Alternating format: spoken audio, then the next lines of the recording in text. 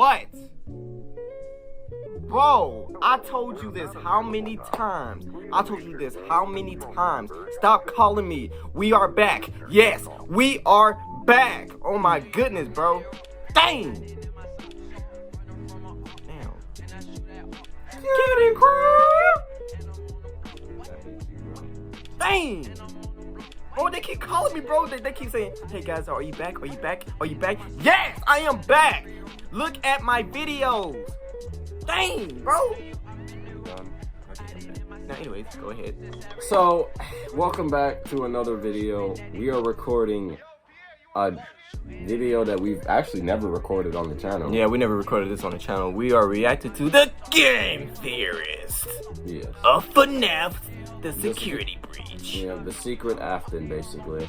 So, yeah, if you guys want to see more videos like this, be sure to leave a like and subscribe to our channel. Because we're coming up with a straight banger. Yep. And then, guys, remember we reacted to Corey yesterday, and then the secrets about, I mean, not the secrets, but we saw, what's his name, Afton? Yeah, and he died? Well, yeah, thinking he died. But he probably didn't. Yeah, he probably didn't. So that's why we reacting to the secret of Afton. Like, we really need to figure out what's going on. So, without further ado, let's get with the video. Okay, let's do this. Baby! Baby! Gregory, do you see that bit of green spinach in your teeth? Have you ever heard of Fortnite, Gregory? You need to floss. You need to floss, Gregory. Well, this is embarrassing. While we watching I'm gonna let you guys have this one, and I'll see you next game. I always come back, and you know the bit. Yeah, we know that. You always come back. We just win? No, we did not, Superstar.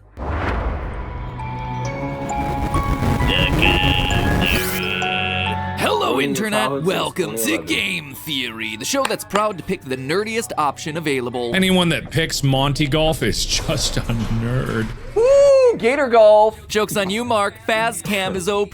Plus, being a nerd allowed me to discover the secret daycare room and sister location room. So who's the nerd now? You. Me. It's still me. Yeah, Last time we dove into the time travel ball pit that is Five Nights at Freddy's security breach, I walked away with some, let's just call them divisive conclusions. Basically, it was an episode with 3 separate theories packaged together. We proposed one, that Glamrock Freddy wasn't just your average sentient animatronic, but rather was possessed by the spirit of Michael Afton doing everything he can to protect Gregory. This one was generally well received, so cool, let's keep going. Why would Michael protect this random kid? Well, because 2, Gregory, whether literally or symbolically, is Michael's younger brother, FNAF 4's crying child. I started to lose people at this point, but it was really theory number 3 that threw us for a loop, because there's a good bit of evidence in both the game and in the history of the franchise to suggest that 3, Gregory is a robot, the crying child's consciousness literally transplanted into a robotic body sometime after he dies in the bite of 83. Oh, and there were a lot of strong opinions on that, with some people really liking the theory, and others, not so much. Suddenly I was flooded by people saying that I had rushed it out just to ride the trend, or that it was my dumbest theory ever, to which I say no. Deadpool is Ernest Hemingway is my dumbest theory ever. Closely followed by Wario being 10 feet tall. Anyway, the outcry was so huge that I ended up trending on Twitter because of it. You know, didn't get much better from there. Weird side note, later in the same week I was trending again because a group of performers juggled to the song Megalovania during an event for none other than the Pope. It only took 5 years, my friends, but it looks like that Steam code I gave him for Undertale finally paid off. They called me a madman. Anyway, like I said, a lot of heated opinions on the last one, with Twitter basically boiling down this 18-minute long 4,000-word theory down to this single image. So, yeah, thanks for not including literally anything else from that last video. So before we get to the next theory all about Vanessa, let me just address some of the biggest counterpoints I saw to the previous theory. Not because I'm convinced I'm right, far from it in fact, but because I think that the Gregory is crying child theory currently fits the best with everything the game has presented to us thus far. First, one of the key pieces of evidence last episode was this line right at the start of the game where Freddy says to Gregory, I feel you are broken. This, to me, was a clear connection back to the crying child from FNAF He 4 did where say that. psychic friend Fredbear says to him, "You are broken." I mean, kinda speaks for itself. It's a parallel that's made stronger when you actually remember how that line gets delivered back in that game. There was really no way of knowing back when FNAF 4 was released, but thanks to a secret room found in Sister Location, we know that psychic friend Fredbear is actually a plushie with a walkie-talkie inside of him. A walkie-talkie that allowed William Afton to scare and manipulate his youngest son. Father of the Year, ladies and gentlemen. Also know that throughout FNAF 4, all of William's lines use the color FFFF57, a bright golden yellow. Golden bunny, golden yellow makes sense. But the iconic final lines of "You're broken, I will put you back together" actually use a different color, a lighter yellow, FFFFA0. Back then, we never really came to a satisfying explanation. Was it a mistake? Was it another spirit? Was it maybe the puppet? But now, 7 years of investigation later, we know for sure. Someone else is indeed talking here. Someone who, in Sister Location, is mistaken for his dad. Someone who turns purple, just like his dad. Someone who can't die, like his dad. And someone who had the lines immediately prior apologizing to his kid brother, but when that didn't get through, decided to try comforting him through the voice of his best friend. It's Michael Afton, represented by a lighter color of yellow, a color that symbolically connects him back to his father. In short, we have Michael Afton in FNAF 4 saying the line "You're broken" to his brother through the voice of a Fredbear plush. And here in Security Breach, if we're right about all this, we once again have him saying the same line, "You're broken" to his brother through the voice of another Freddy, this time Glamrock Freddy. I personally think it's a really cool narrative connection between all these games. But a lot of people were quick to point out that there's dialogue in the game files that was cut from the final release, where Freddy says that Gregory is bleeding. Specifically, he says, Your arm is cut badly. And- I am detecting blood. You are injured. This, for many people, disproved that Gregory's an animatronic, and I actually have two things to say about that. First, when I've used cut lines of dialogue in the past, the internet has in no uncertain terms told me that I can't. But now apparently it's okay. Kinda inconsistent there, guys, and honestly I think cutting it, regardless of the reason, shows that it didn't fit the final creative intent of the game. But anyway, if that's the case, then I gotta bring this line up. A cut line of dialogue discovered by GB Aura Recharged in the game files. This one is Freddy saying, Gregory, I know why you're not in the customer database. I remember you from the... and it cuts off. Obviously, it's vague. It's kept very intentionally vague. But it also shows that Gregory is special in a way that the other disappeared kids aren't. There's a reason he's not in the customer base. He's from somewhere specific that Freddy knows about. If I were to guess, I'd say like the underground pizzeria, but you know, that's just me hypothesizing. Adding to the Gregory is special idea is the fact that Chica knows his name. She calls down it out below in the if middle he's of the making pizzeria.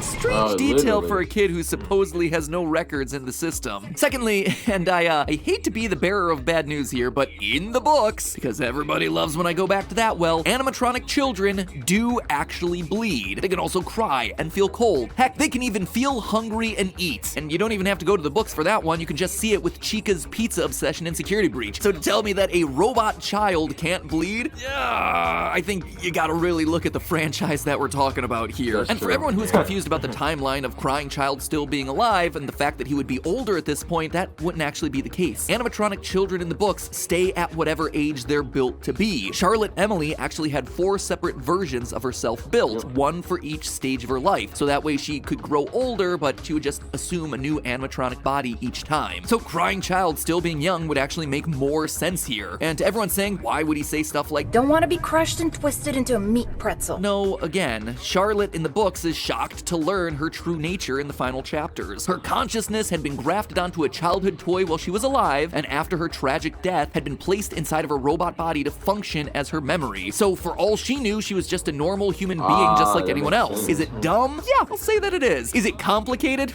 Oh yeah, absolutely. But is it giving us insight into the rules that Scott and everyone who touches this universe operate by? Yes, it undeniably is. Lastly, for everyone who spammed my feed with pictures of sad white boys in striped shirts saying that you had found the Crying Child, thank you for your help uncovering the lore. I get the joke. All white boys with brown hair and striped shirts are apparently the Crying Child. But remember what series we're talking about here, friends. Visual design details have always been an important part of That's figuring true, these though. games Visual out. Take a look design at Baby. details. During Sister Location, she has green eyes, but when you play her minigame, she has blue ones. At least until she kills Elizabeth Afton, who, lo lo and behold, had green eyes. Superficial design features like this help us to connect the dots. Are they the be-all and end-all of evidence? No, but they do help support an argument. So a little brown-haired boy in shorts with a shirt and 2 stripes seems sus. Have you ever heard of Among Us, Gregory? Speaking of eyes, for all the complaints about the last episode, no one seemed to have any answers to what I see as the 2 strongest pieces of physical evidence here. Why does Gregory look different when Freddy gets Roxy's X-ray eyes? You look different to me. And secondly, why does Gregory's vision glitch when he sees Vanny? Why does he have such a weird visual reaction to her and to literally no other character in the game? Well, you hear that high-pitched ringing sound as Vanny skips and gets closer? Are you having fun yet? Like, It seems to be a disruptor that makes her invisible to animatronics with older model eyes. Yep. In the fire ending, Freddy, who couldn't see her at any point in the game, explicitly says, I can see you now. I have new eyes. I mean, this is exactly how the much-hated sound illusion discs from the books work, creating a high-frequency sound to make people and robots invisible and or look differently, but I'm already fighting a losing battle over here, so I'm just gonna gloss over that one. Anyway, to me, it reads as Gregory's robotic eyes being disrupted. I mean, why have CRT lines over the screen and not some other type of filter to show that his vision is getting got an disrupted? alien In head. fact, That's why what she have did. the same Perfect CRT choice. lines Great. as the security cameras all around the Pizzaplex? But there's one final piece of evidence I'd like to talk about to help solidify that previous theory before we move on, and that is the screenshot here of the final scene from the Savior ending, where you rescue Vanny from the controller glitch trap. And I use quotation marks here Basically because there Freddy- aren't I any think official Freddy, sources oh my giving God. names to the Freddy various died, endings. right? In the game Because files, his they're head just right there. labeled as S1, S2, and S3 based on the number of stars that you get for them. It is worth noting, though, that this is the there goes only his head. 3-star ending that currently exists, which seems to imply that it has some level of importance to it. But here we see our 3 main characters, Gregory, Freddy, and Vanessa, all sitting on a hill, which, as I pointed out last time, is very similar to the FNAF 6 Gravestone yeah. Hill. But that's not what's important here. What I want to point out is the ice cream. Gregory is holding a golden Freddy-shaped ice cream with part of its head bitten off. If Gregory is not meant to parallel back to the crying child in any way, shape, or form, then this detail is just mean and irresponsible. This ice cream is the crying child's story coming full circle. He was terrified of animatronics and ended up being bitten by the golden Freddy spring suit, but now he's the one sitting on a hill taking a big old bite out of golden Freddy. That is not me reading too much into this. That is me lightly interpreting a very clear image that was put directly into this game by the designers. It is barely even subtle. And despite him wearing a blue shirt in most of the endings, here his shirt is colored purple, just like his father's signature color. Couple that with literally everything else, his lack of records, the fact that he goes into the charging station. So I stand by my theory that Gregory is an animatronic of the crying child. Is it a perfect answer? No. Do I love the fact that it complicates the lore even more? No. But does it answer the most questions with the evidence that we have? I believe it does, and it's a heck of a lot better than Fazgoo. But now, 4 pages into this episode, let's actually stop to talk about Vanessa, shall we? Last episode, I made a passing statement about how this final image felt to me like the 3 Afton children getting reunited. Crying child, Michael, and Elizabeth Afton, William's daughter that done got scooped by baby back in sister location. It's a scene that, to me, feels killed like the the kid. narrative finally giving them a sense of closure after they quite literally die as a result of their dad's evil deeds. Last time, I briefly made mention of Vanessa's blonde hair and green eyes, which is the same as Elizabeth. And here, in this ending, we actually see 2 scenes of her wearing the signature Afton purple. Even the ice cream cone, as opposed to something like Gregory's novelty pop, is a potential callback to her death, where baby delivered an ice cream cone to her before she did the scoop. And when you look at the connections between these 2 characters, it's more than just a couple of visual similarities. The biggest secret in Security Breach right now is a series of 16 retro CDs, invisible collectibles that only Freddy can see, hidden in every obscure corner of the game's map. Then, to play these things, you actually need to have also found the secret sister location room that we talked about last time. Now, these CDs are,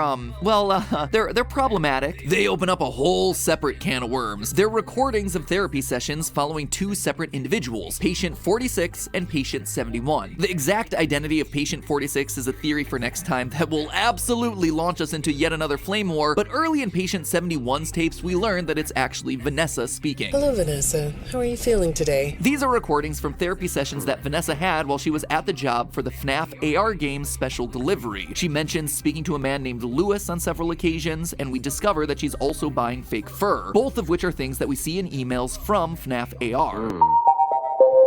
By the last of Vanessa's recordings, she's leaving that job for a new job somewhere else, most likely the job of security guard here in Security Breach. I'm needed somewhere else now. But let's dive into the good stuff, shall we? In Vanessa's second tape, we learn about a custody battle that happened between her parents. Her dad won using manipulative tactics, forcing his daughter to falsely testify. Your dad made you follow instructions, didn't he? I'm talking about the custody battle between your mum and your dad. Your dad didn't play fair, did he? He used to make your mum look bad in court. After losing custody of her daughter, Vanessa's mother, well, here's what the tape does. I know your mum after she lost the custody case. It glitches, implying that her mother ended her own life, which would explain why Mrs. Afton is missing from all the games, and why she may have wound up being rebuilt as the motherly Ballora in Sister Location. A robot that, wouldn't you know it, sings about her inescapable depression now that the walls of her house are empty. All I see is an empty room, no more joy, an empty tomb. We also hear Vanessa lines like this. Oh, you like those? Apparently, the janitor on this floor has a garden and has been putting bouquets in the offices here for years. Vanessa likes flowers. A small detail, but you know me, small details could often be the biggest evidence. Who else do we know in the series that has an affinity for flowers? Well, think back to FNAF 4. Remember this random empty bedroom with a huge portrait of a flower on the wall? It's Elizabeth's room before she got scooped. Then you have Vanessa lines like this. Lots of people know more than I do. Sometimes I need to listen. Now, this might be a stretch, but I believe it's referring to when Elizabeth got scooped by Baby. Her dad had repeatedly and explicitly warned her not to go near Baby, but she didn't listen. And in doing so, she ended up getting herself trapped inside the animatronic. Don't tell Daddy that I'm here. I wanted to watch a show too. I don't know why he won't let me come see you. Because you died. You're wonderful. Vanessa also says in her tapes that she doesn't like dark basements. I have a craft space in my basement. Maybe I could come up with something you could learn. In the direction of Baby, who was trapped underground for years in Circus Baby's entertainment and rentals, looking for a way back to the surface. I've been out before, but they always put me back. They always put us back inside. There's nowhere for us to hide here. There is nowhere to go. And to put one final nail in this coffin, right back in the second CD, we actually learned the name of Vanessa's father. I feel like I know your dad, too. Bill, right? Bill is short for William. That's just the game trolling us with a coincidence, right? Wrong. You see, going back to FNAF AR, we learned that Vanessa's last name begins with an A. From there, we can connect the dots. Bill A, William Afton. But didn't Baby burn at the end of FNAF 6? Well, yeah, she did, but you see how effective that was. How are you not dead? I mean, to be fair, the thought that burning him is going to work is stupid, because people have tried to burn him to death no less than 3 times in this franchise.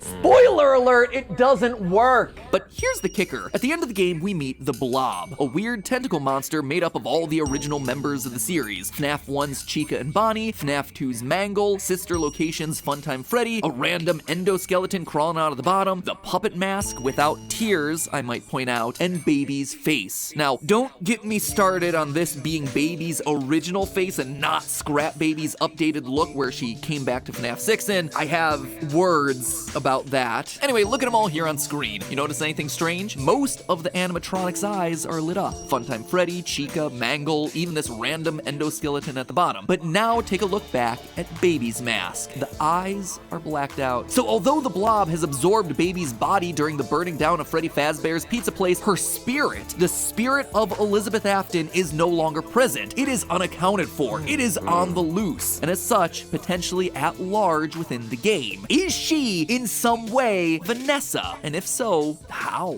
The truth is, I don't know. This game has got my brain in so many knots I might as well be a sailboat. I don't think there's any evidence to support any conclusion at this point in time. But I do know that this is what the evidence is heavily pointing us towards. The design similarities, the missing spirit, the purple color, the ice cream, the voice lines, the personality traits, and again, the narrative theme of 3 Afton kids reuniting and moving on after a traumatic past. It gives everyone this this nice full circle ending, even if it's only meant to be symbolic. And the screen really does feel like it's the end, finally, for these 3 characters. Maybe next time we'll finally see some new faces. So enough about them, we're moving past those 3. There's still other mysteries that we have to solve here. What happened to Glamrock Bonnie? Who is Patient 46 and why are they here? What's the deal with that room full of post-it notes? Yeah, you forgot about that one, didn't you? It's important. And did you happen to notice the other missing animatronic from this game? Because I certainly did, and I think they might be hiding in plain sight. So next time, we get to cover some mysteries that don't require us talking about dead characters getting rebuilt into robots.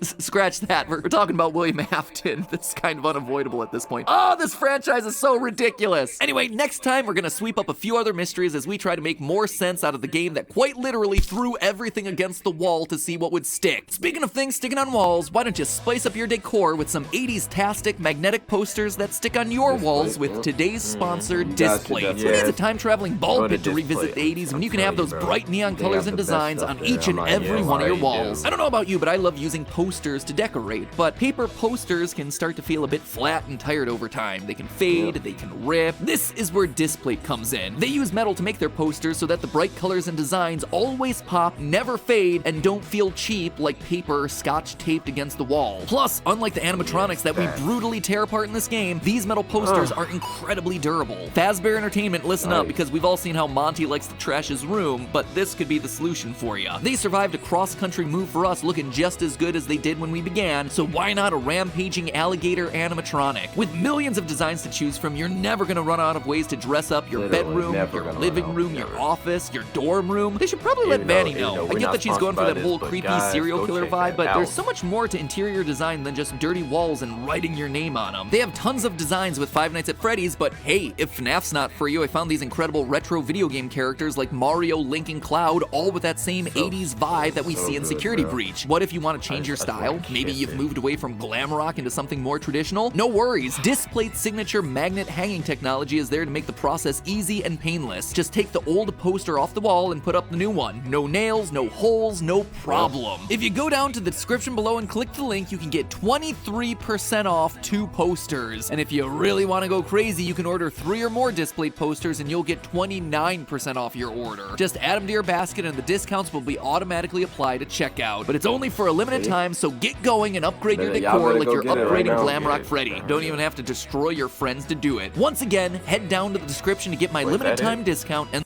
I believe so. Yep, that's it. Oh yeah, that's it. Alright guys, that was that video we reacted to. It was actually really good. Obviously the game just doesn't have an outro, so if you guys like this video, be sure to leave a like, subscribe to our channel, and we'll see you guys in the next video.